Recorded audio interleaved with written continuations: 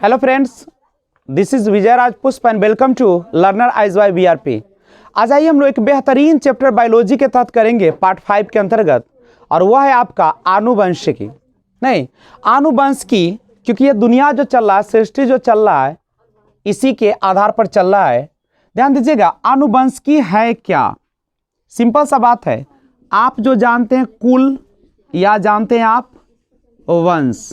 नहीं, कुल या वंश, या जिसे आप कह सकते हैं पूर्वज, जो हमसे पहले हैं। नहीं, तो आनुवंशिकी होता क्या है? तो जो आप पूर्वजों से गुण जो होते हैं, उसको जो नए पीढ़ी में हस्तांतरण किया जाता है, उसी को हम लोग कहते हैं आपका आनुवंशिकी। नहीं, या आनुवंशिकता भी उसी को कहा जाता है। यानी आप अपने पूर्वजों से जो गुण होते हैं, उसको जो प्राप्त करते हैं, उसी को हम लोग कहते हैं आनुवंशिकी। यानी सिंपल लाइन में कहा जाए तो कह सकते हैं, पूर्वजों से नए पीढ़ी में गुणों का स्थानांतरण ही क्या कहलाता है? आनुवंशिकता या आनुवंशिकता, यही कहलाता आनुवंशिकता कहलाता है। गौर कीजिएगा। लेकिन अब सवाल आता है कि पूर्वजों से नई पीढ़ी में जो गुणों का स्थानांतरण होता है, वो तो किसी माध्यम से होता होगा। तो वो होता है हमारे किस चीज से? जीन के माध्यम से होता है।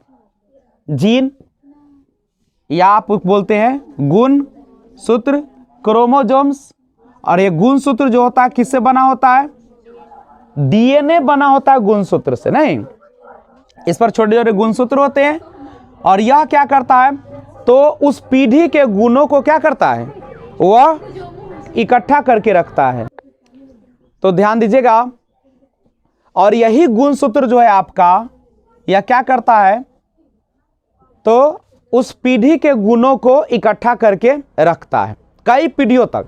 आप कभी कभी देखते हैं ना कि जो बच्चे होते हैं, कभी नाना के जैसा या नानी के जैसा, या अपने पिता या दादा के जैसा।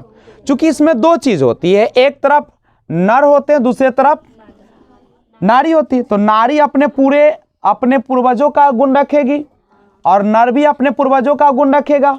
नहीं, तो दोनों का गुण आएगा, और कभी कभी कई पीढ़ी के बाद पूरा के पूरा गुण जो है वह दोनों तरीके का आ सकता है। नहीं, लेकिन जरूरी नहीं कि आज अगर कोई बच्चा जो अपने पिता जैसा नहीं है, माता जैसा नहीं है, तो भविष्य में भी वैसे व्यक्ति आने की संभावना रहती है, क्योंकि ये आपका गुणसूत्र जो है, इस गुण को क्या कर रखा है? संरक्षित करके रखे हुए। हाँ, तो कभी कभी ऐसा होता है कि माता पिता कुछ और है और बच्चे कुछ और ढंग के हैं। नहीं, कभी कभी देखिएगा तो माता पिता जैसा बिल्कुल गुण नहीं रहता है, वो बिल्कुल दादा पर चला जाएगा या नानी पर चला जाएगा। तो वो क्यों होता है? चूंकि वह गुण को रखे हुए है, और वह गुण को प्रदान करता है। तो 100% थोड़ी प्रदान करता है, कुछ अंश उसका देता है। उसके बाद समझिएगा, आनुवंशिकता के बारे में सबसे पहले जो जानकारी देने का काम किए थे, तो उनका नाम था आनुवंशिकता की सर्वप्रथम अगर जानकारी दिए तो ग्रेगर जोहान मेंडल। नहीं, ग्रेगर जोहान मेंडल ने सबसे पहले इसके बारे में जानकारी दिए थे। नहीं, इसीलिए इनको एक और चीज कहा जाता है, आनुवंशिकता का पिता भी कहा जाता है। आनुवंशिकता का पिता या जनक अगर पूछेगा तो ग्रेगर जोहान मेंडल। और इन्होंने प्रयोग किया था कौन चीज पर? मटर। इसमें क्या किए थे? एक उच्च नस्ल और एक निम्न नस्ल को जब क्रॉस कराया, तो बाद में उन्होंने देखा कि एक अलग प्रकार की प्रजाति आ गई। नहीं, उसके बाद समझिएगा एक चीज और,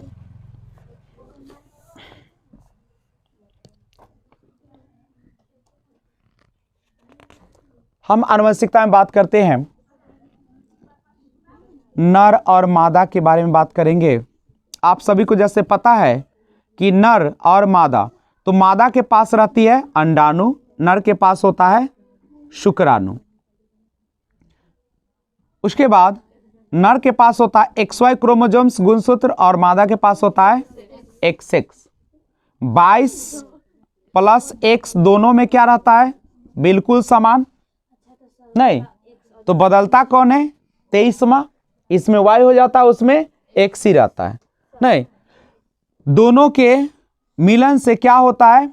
एक जाइगोट का निर्माण होता है, भ्रूण का।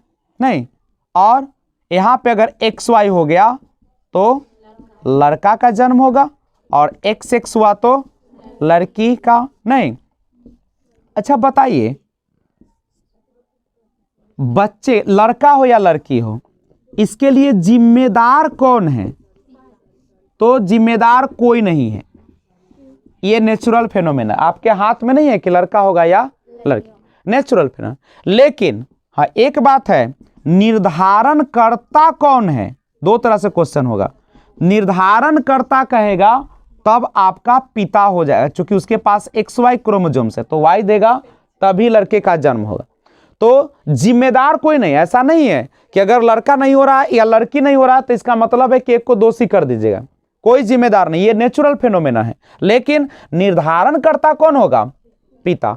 अब इसमें कैसे होता है, इस पर भी हम थोड़ा सा बात करते हैं, क्योंकि आप आनुवंशिकता की बात कर रहे हैं। आनुवंशिकता यानी एक पीढ़ी के गुणों को दूसरे पीढ़ी में स्थानांतरित करने का जो काम करता है वह जीन के माध्यम से होता है, गुणसूत्र के माध्यम से होता है, डीएनए के माध्यम से होता है। अच्छा, अगर हमें पता नहीं चला है कि ये किसका बच्चा है तो कैसे पता करेंगे? उसके डीएनए टेस्ट से, उसके गुणसूत्र से। गुणसूत्र तुरंत बता देगा कि उसका है या नहीं है। करेक्ट है। तो कोई भी दुनिया में व्यक्ति ऐसा नहीं है जो कभी भी धोखा किसी को दे सकता है ना, क्योंकि गुणसूत्र से हम पता लगा सकते हैं। गुणसूत्र अक्सर मैच करेगा ही। गुणसूत्र जो है ना वो अक्सर, गुण तो लक्ष्य। अच्छा, आपका जो गुणसूत्र है आपके माता पिता से आएगा, क्योंकि 23 माता ने दी है गुणसूत्र और 23 पिता ने दिया, तो वो रहेगा ही गुण। अब ये कहा कि चेहरा और बनावट अलग हो सकती है, डीएनए चेंज नहीं होगा, डीएनए चेंज नहीं होगा। वो 23 दे रहे हैं ना आप, हाँ, बनावट चेंज हो सकता है। नहीं, तो बनावट चेंज हो सकती है। एक बात और समझिएगा, यहां से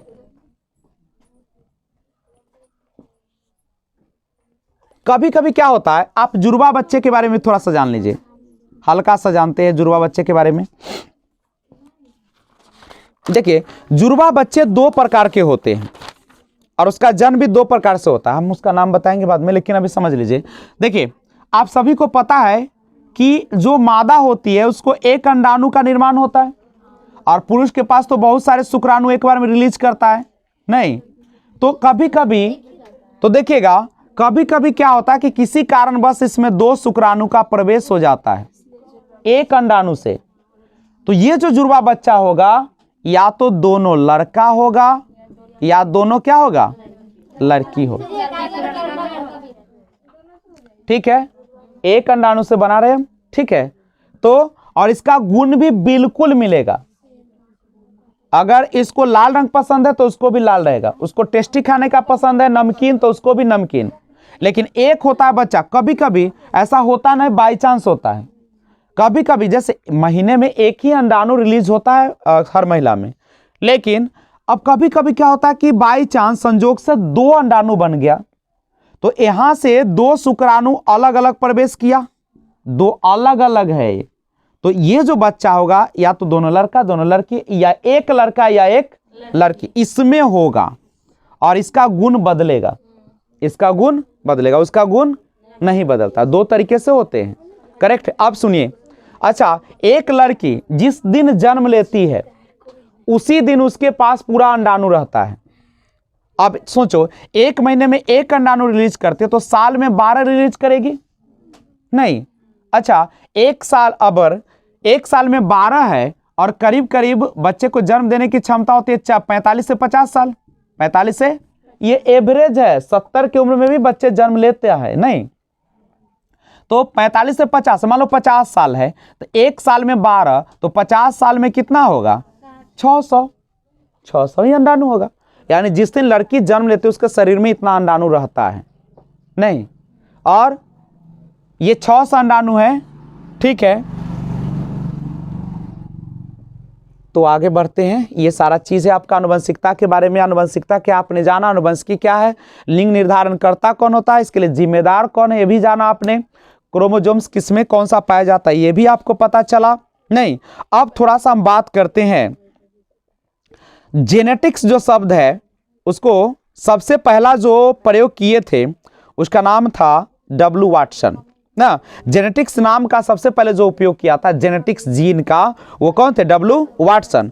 और जीन शब्द का याद रखिएगा, जेनेटिक्स आपके बुक में भी दिया ही है ऐसे, जेनेटिक्स का जो नामकरण दिए हैं उनका नाम है डब्ल्यू वाटसन, ठीक है, डब्ल्यू वाटसन। और जीन शब्द का जो प्रयोग किए थे उसका नाम है जोहानसेन, जोहानसेन। जेनेटिक्स का वाटसन और जोहानसेन ने क्या दिया था, जीन शब्द, ठीक है। अब एक समझिएगा,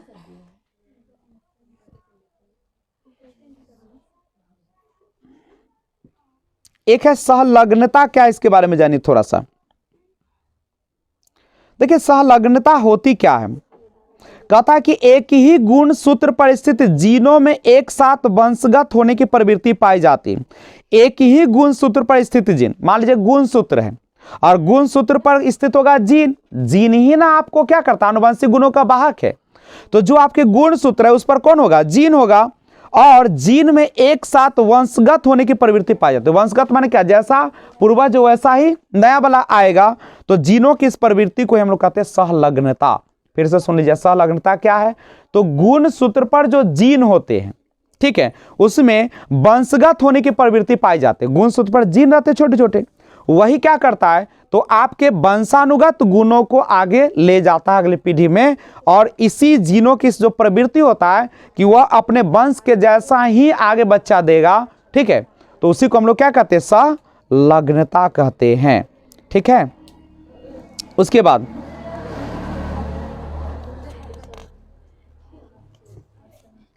ये सब अपना देख लीजिएगा। अब जैसे एक बात और ध्यान से दीजिएगा, अब मनुष्य में जो होते हैं कई सहलग्न गुण पाए जाते हैं। सहलग्न गुण समझ रहे हैं ना, अभी तुरंत देखें आपने। सहलग्न गुण क्या है, आपके पास है गुणसूत्र, आपके पास क्या है, गुणसूत्र 46 है जो 23 जोड़ा है। और इसी गुणसूत्र पर कौन चीज रहता है, जीन रहता है। और जीन का काम क्या है, पिछले पीढ़ी के गुणों को अगला में ले जाना। अब सहलग्न गुण जो होते हैं वह अगर आप में कुछ ऐसी बीमारियां हैं, ठीक है, जो आगे वाले में भी ट्रांसफर हो जाती है। सब बीमारियां नहीं होती है, कुछ बीमारी, जैसे उसका नाम याद कर लीजिएगा, जैसे है रंग वर्णांधता। रंग वर्णांधता ये क्या है समझिएगा, इसमें जो होता है लाल और हरा में बच्चा अंतर, लाल उसको लाल दिखाएगा तो पते नहीं करेगा, बता ही नहीं पाएगा कि लाल है कि नहीं। हरा में भी लाल को हरा कर देगा, हरा को लाल कर देगा, कुछ बोल सकता है, यानी लाल और हरा रंग नहीं पहचान पाएगा। जिसे बीमारी हो जाती है रंग वर्णांधता, वो लाल और हरा के बीच के अंतर को नहीं कर पाता है। और ऐसे लोग रेलवे का ड्राइवर नहीं बन सकते। लेकिन खुश नसीबी है कि यह जो गुण पाया जाता है लड़की में पाया जाता है, और होता है किसको, लड़का को। जैसे मान लो कि किसी का पिता इस गुण से प्रभावित है, ठीक है, तो यह जो है, और लड़की भी प्रभावित है, ठीक है, दोनों प्रभावित हैं, लड़की भी लड़का भी प्रभावित है। तो ध्यान दीजिएगा, ये लाल और हरा वाला जो दोष आएगा रंग वर्णांधता का, वो किस में आएगा, लड़की में नहीं आएगा। एक अगर सिर्फ माँ प्रभावित है तो माँ ही रहती है ग्रसित, लेकिन देता किसको है, लड़का को देता है, ठीक है, लड़की को नहीं आएगा। लड़की पहचानेगी सब कलर को ये। और दूसरी बात, ये जो है वंशानुगत है, एक पीढ़ी को हुआ तो अगला पीढ़ी में भी आएगा, इसका कोई इलाज नहीं है, वंशानुगत है, ठीक है। और उसके बाद गंजापन, देखते हैं जब लड़के का बाल उड़ा रहता है तो लड़की शादी नहीं करती है, क्या है, यही कारण है, क्योंकि अगर उसका बाल उड़ा है ना तो अगले पीढ़ी में भी आएगा, फिर उसका लड़का जो होगा ये ज्यादा लड़के में देखा जाता है, लड़की में कम रहता है। गंजापन जो होता है ना लड़का में ज्यादा आता है, लड़की को बहुत कम आता है। अच्छा, हम लोग कहते हैं ना कि बाल साल में एक बार छिलवाना चाहिए, कटवाना नहीं। लड़की कहाँ छिलवाते, तो उसका उड़ जाता है बाल, नहीं उड़ता, लड़का का उड़ जाता है, उल्टे हो जाता है। तो यहाँ पे देखिए गंजापन जो होता है, गंजापन समझते हैं, पूरा बाल खत्म हो जाएगा। ये आनुवंशिकता है, ये एक पीढ़ी को हुआ तो अगला पीढ़ी में भी होगा, तो इसका भी नहीं। नहीं सब आनुवंशिकता है। उसके बाद एक और बीमारी समझिए, हीमोफीलिया बीमारी। हीमोफीलिया बीमारी क्या है, तो इसमें रक्त का थक्का नहीं जमता है। रक्त का थक्का, जैसे अगर आपका कट गया ना तो ब्लड, जब तक इलाज नहीं करवाइएगा, चाहे विटामिन के नहीं लीजिएगा, विटामिन के का सुई दिलवा दीजिए ठीक हो, नहीं तो अगर कट गया तो ब्लड निकल के मृत्यु तक हो सकती है उसकी। इसलिए ऐसे बच्चों को हमेशा जो काटने उठने वाला चीज होता है या चोट लगने वाला चीज से दूर रखा जाता है, समझ रहे, क्योंकि उसका ब्लड अगर कट गया ना तो रुकेगा ही नहीं, चलते रहेगा, चलते रहेगा। और जब हम लोग और हम लोग का तो देखते हो ना, कटता है तो तुरंत परत आ जाती है ना आपका, लेकिन उसमें नहीं आएगा परत, मतलब वो इतना पतला रहता है ना कि उसको परत ही नहीं बनने देता है। और अगर इसीलिए ऐसे लोगों को हमेशा सावधान रहना पड़ता है, ठीक है, ये सब में होता है हेमोफीलिया। और इसके लिए, इसको बचाव के लिए जब डॉक्टर के पास जाते हो तो तुरंत क्या कर देगा, विटामिन के का सुई दे दे, आप भी दे सकते हैं अगर ऐसा है तो, ठीक है। उसके बाद एक होता है और मायोपिया। मायोपिया,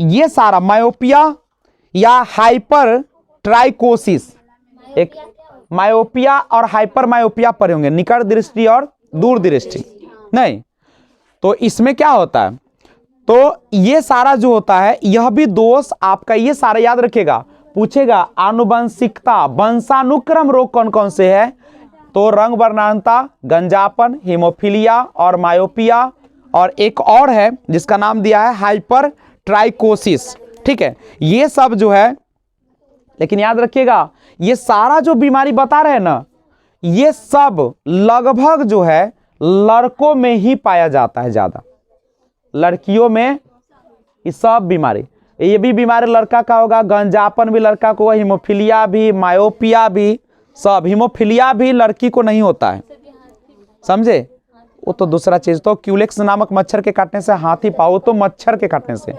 वो आपका वंशानुगत नहीं है, ये वंशानुगत है। और सब किसको होगा, लड़का को होगा। बड़ा नसीब वाला बनाए हैं आप लोगों को, ये लड़की ग्रसित नहीं होती है इसे, सब सहलग्न गुण। अब समझिए, अब गुणसूत्र सब में अलग अलग होता है। सबसे ज्यादा गुणसूत्र होता है टेरिडोकाइट्स में, करीब दिया 1300 से लेकर 1600, ठीक है। टेरिडोकाइट सब जीव है, आपको पूरा लिस्ट है, मैं एक बार सुना देता हूँ। एस्केरिस में 2 गुणसूत्र, मच्छर 6, घरेलू मक्खी 12, मटर 14, प्याज 16, मक्का 20, टमाटर 24, मेढक 26, नींबू में 18 या 36, बिल्ली में 38, चूहा में 40, गेहूं 42, खरगोश 44, मनुष्य 46, आलू 48, चिंपैंजी में 48, तंबाकू में 48, घोड़ा में 64 और कुत्ता में 78 और कबूतर में 80। सबसे ज्यादा टेरिडोकाइट्स में 1300 से 1600, मतलब इसमें ज्यादा गुणसूत्र तो बहुत ज्यादा गुण को संरक्षित रखता होगा। ये जीव है, आप देख लीजिएगा गूगल से टेरिडोकाइट्स को। जैसे मनुष्य क्या होता है, मनुष्य एक जीव है, देखेंगे तभी पता चलेगा। तो याद कर लीजिएगा आप लोग, सब तो संभव नहीं है, मनुष्य का याद कर लीजिए 46 है, सबसे ज्यादा टेरिडोकाइट्स है, नहीं कुछ कुछ याद कर लीजिए, सब याद करना क्या जरूरी है, बोलिए। चलिए, गुण सूत्र का नाम जो दिया था W. Voltaire, W. वाल्टेयर ने दिया था, W. वाल्टेयर ने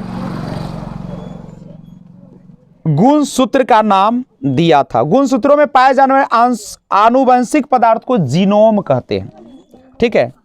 जो आनुवंशिक पदार्थ होते हैं ना, जो एक पीढ़ी से दूसरे पीढ़ी में क्या करती है, ले जाने का काम करती है, ठीक है, उसे हम लोग क्या कहते हैं, जीनोम कहते हैं। याद रखिएगा, दिया है कि गुणसूत्रों में पाए जाने वाले आनुवंशिक पदार्थ, जो आनुवंशिक पदार्थ होगा ना वही तो भेजेगा ना दूसरा में, उसको जीनोम कहते हैं। और गुणसूत्रों के बाहर जीन यदि कोशिका द्रव के कोशिकांग में होते हैं तो प्लाज्मा जीन कहते हैं। ये सब केवल जान लीजिए, जरूरी नहीं है। और ये बहुत इंपॉर्टेंट है, मानव में टोटल जो एसिड पाए जाते हैं अमीनो एसिड वह कितने होते हैं? 20 होते हैं। 20 प्रकार के हम लोगों के शरीर से अमीनो एसिड मिलता है। जैसे आप खाना खाते हैं तो क्या होता है? कुछ तो रस निकलता है, जैसे मुख में रखते हैं एसिड निकलना शुरू हो जाता है, लार जिसमें टाइलिन होता है। जैसे जैसे वो जाता है, जिस प्रकार का पदार्थ है ना उसी प्रकार का अमीनो एसिड आपसे निकलता है। लेकिन जो सबसे ज्यादा जरूरी हो कितने? लगभग 20 है। ठीक है। और लिंग निर्धारण के बारे में थोड़ा सा जान लीजिए। मनुष्य में गुणसूत्रों की संख्या होती है 46। प्रत्येक संतान को समजात गुणसूत्रों की प्रत्येक जोड़ी का एक गुणसूत्र अंडाणु के द्वारा माता से और दूसरा शुक्राणु के द्वारा पिता से प्राप्त होता है। शुक्र जनन में अर्धसूत्री विभाजन द्वारा 2 प्रकार के शुक्राणु बनते हैं। आधे जिनमें 23वीं जोड़ी का X गुणसूत्र आता है अर्थात 22 + X, और आधे जिनमें 23वीं जोड़ी में Y गुणसूत्र आता है 22 + Y। नारियों में एक समान प्रकार का गुणसूत्र 22 + X तथा 22 + X वाले अंडाणु पाए जाते हैं। और निषेचन के समय यदि अंडाणु X गुणसूत्र वाले शुक्राणु से मिलता है तो युग्मनज या जाइगोट में 23वीं जोड़ी XX होती है और इसमें बनने वाली संतान लड़की होगी। और इसके विपरीत यदि किसी अंडाणु से Y गुणसूत्र वाला शुक्राणु निषेचित होगा तो XY गुणसूत्र वाला युग्मनज बनेगा तथा संतान कैसा होगा? लड़का। अतः पुरुष का गुणसूत्र संतान में लिंग निर्धारण के लिए उत्तरदायी है। परखनली शिशु के मामले में निषेचन परखनली के कहां होता है? अंदर। अब इसके बारे में थोड़ा सा जानते हैं। परखनली शिशु क्या है इसके बारे में जानिए, ध्यान दीजिएगा। परखनली शिशु ये क्या होता है? गौर कीजिए बच्चे लोग।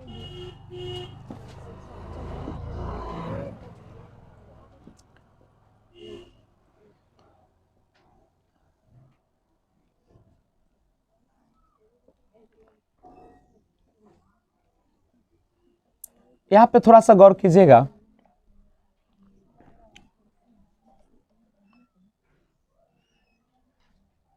देखिए इस फिगर के माध्यम से थोड़ा बताते हैं। यही आपका गर्भाशय है नहीं, जिसमें बच्चे का क्या होता है? यहाँ पे 9 महीने तक पालन पोषण होता है माँ के गर्भ में।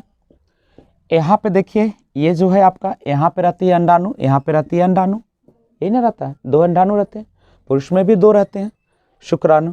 तो यहाँ पे रहती है अंडाणु, कभी इसमें रिलीज होता है अंडाणु तो कभी इसमें होता है, बारी बारी से होते रहता है दोनों में। अब क्या होता है कभी कभी से समझाते हैं। कभी कभी क्या होता है कि जैसे ही मान लीजिए कि शुक्राणु मिलन के बाद प्रवेश किया तो जा रहा है, तो यहां से होकर ही ना जाएगा इसमें आने के लिए, क्योंकि शुक्राणु का जो निषेचन होगा कहां पे होगा? यहीं पे होगा। अंडाणु से मिलन यहां ना होगा या इधर होगा, ठीक है, जिधर होगा बना हुआ। तो ये जाएगा अगर शुक्राणु तो इसको तो यहां पर आना पड़ेगा। कभी कभी महिलाओं के क्या होती है ना कि यहाँ का जो होती है, यहाँ का अवस्था, इसमें किसी भी प्रकार से सिकुड़न आ जाता है, ठीक है, और जिसके कारण क्या होता है इस जो शुक्राणु होता है उसको अंदर जाने ही नहीं देता है। और जब तक फर्टिलाइजेशन होगा नहीं तब तक क्या बच्चे का निर्माण होगा? नहीं होगा। तो देखिए एक पहला बीमारी कि यहाँ पे किसी प्रकार से सिकुड़न या सूजन भी हो जाता है। बहुत सारा चीज है, बहुत कारण है उसके पीछे। तो जब शुक्राणु यहाँ प्रवेश नहीं करेगा तो फिर यहाँ पे बच्चे का निर्माण नहीं हुआ, क्योंकि फर्टिलाइज होना चाहिए, जाइगोट का बनना चाहिए ना। यहाँ पर सबसे पहले आप इसको फर्टिलाइज कराएंगे और फर्टिलाइज होने का जो समय है करीब 72 घंटे के अंदर होता है। नहीं, 72 घंटे के अंदर नहीं। जैसे मान लीजिए कि किसी महिला का अगर मिलन हो गया और क्या अगर 72 घंटे से पहले उसका मिलन नहीं हो रहा, अभी इसमें बहुत प्रोसेस चलती है, यहाँ पे बमबारी चलती है, आग जैसा लगता है, शुक्राणु को ऐसे ही आने नहीं देता है, बहुत उसमें कष्ट देता है, वो फोड़ देता है उसको।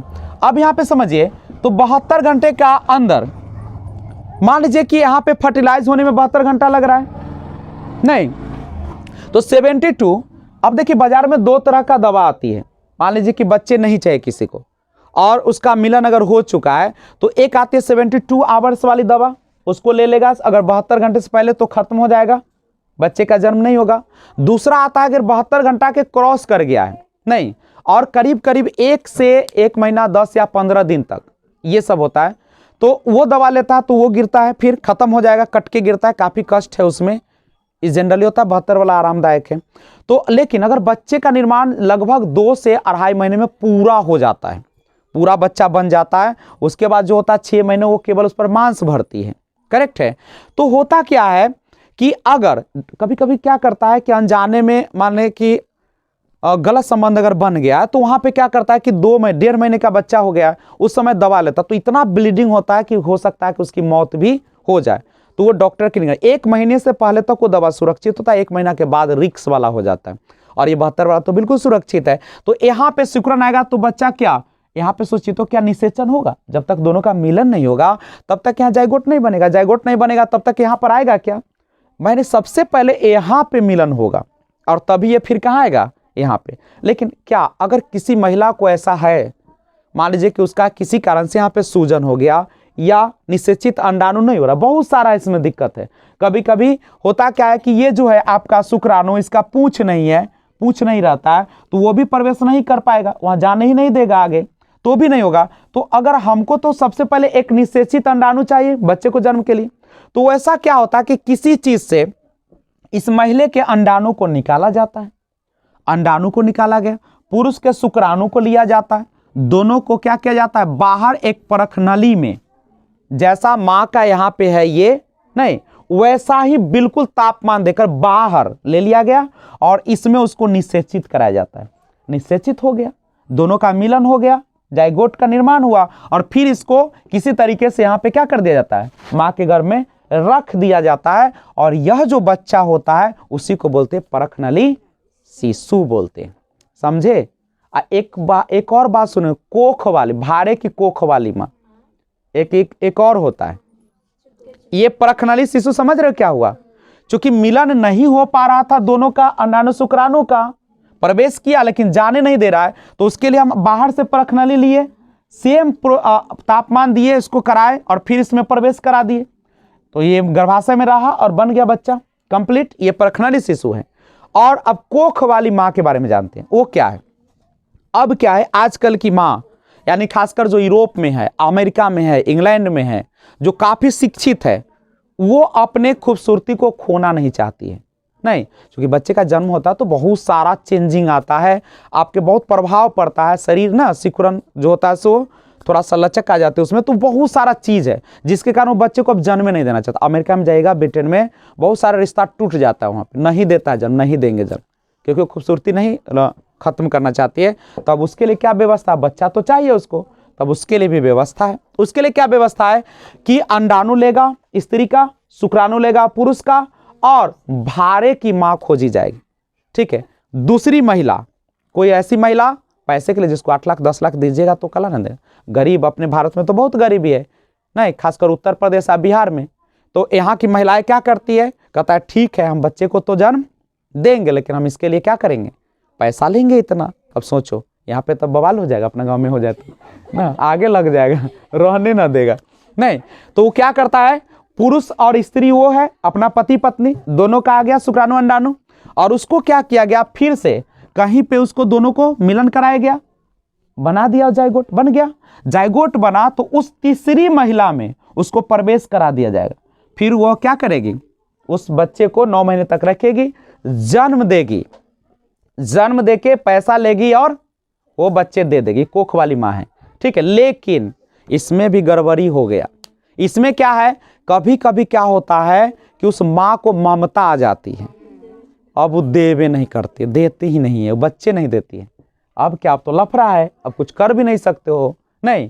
या कभी कभी क्या होता है कि बच्चे खराब हो गया है, अच्छा नहीं है बच्चा, तो उसका माँ बाप लेना ही नहीं चाहता है, नहीं, ऐसा हो जाता है। अब बहुत अच्छा बच्चा आ गया तो देना नहीं चाहती है, दोनों में लफड़ा है, तो पहला ही अब शर्त बना लिया जाता है, नहीं, एक कागज पर पूरा नोटिस लगा दिया जाता है, पूरा साइन रहता है सबका, और उसके बाद शर्त के अनुसार बच्चे को जन्म। लेकिन इस पर भी है कि हाँ, एक बच्चे को कोख, चूंकि अब यहाँ पे क्या हो गया ना, पैसा कमाने के लिए बहुत सारी महिलाएं अब ऐसा, जैसे एक बच्चे को जन्म दे, और एक बच्चे के जन्म देने के बाद फिर उसका शरीर में भी तो मैच्योरिटी आनी चाहिए ना, और वो क्या कि एगो बच्चे को जन्म दे, फिर एगो हो गया, तब तक 6 महीना 7 महीने बाद फिर अगले बच्चे को फिर रख ले, ठीक है।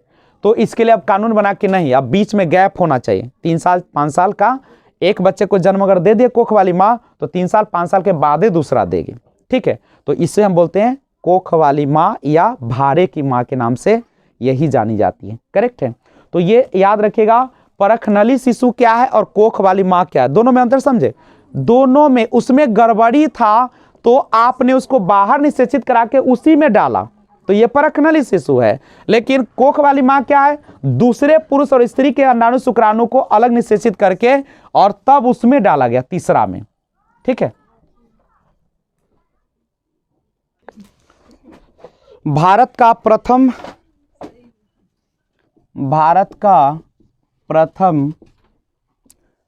परख नली शिशु हर्षा चावड़ा।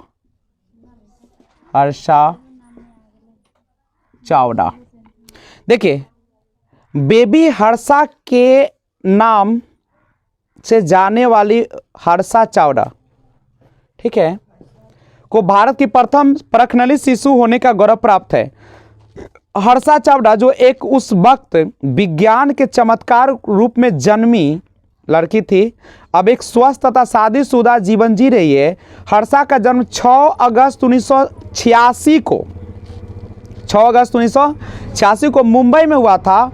हर्षा आज भी अपने आप को स्पेशल मानती है क्योंकि उनके जन्म के साथ ही उन्हें विरासत में एक ऐसी प्रसिद्धि मिली जिसे भारत के लोग आने वाले सैकड़ों वर्षों तक याद रखेंगे, समझे। तो सबसे पहला जो भारत की परखनली शिशु है वो कौन है, और विश्व की सर्वप्रथम परखनली शिशु कौन सी थी, तो उसको भी लिख डालिए। विश्व की प्रथम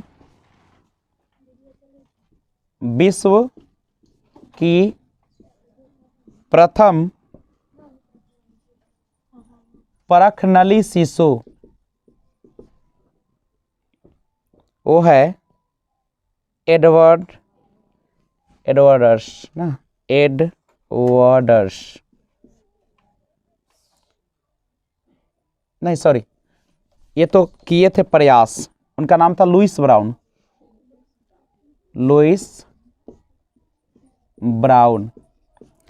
एडवर्डर्स की कोशिशों के चलते 25 जुलाई 1978 में दुनिया के प्रथम परखनली शिशु लुइस ब्राउन का जन्म हुआ था। Louis Brown. तो आज आपने आनुवंशिकी के बारे में जानकारी हासिल किया और अगले वीडियो में लेकर आऊंगा वनस्पति विज्ञान। तो मिलते हैं फिर अगले वीडियो का इंतजार करें आप लोग, और वीडियो अच्छा लगा तो लाइक कीजिए, कमेंट कीजिए, शेयर कीजिए, लिंक ज़्यादा से ज़्यादा शेयर करते रहिए। आप देख रहे हैं जिस माध्यम से, उसका नाम है learner eyes by VRP, correct है।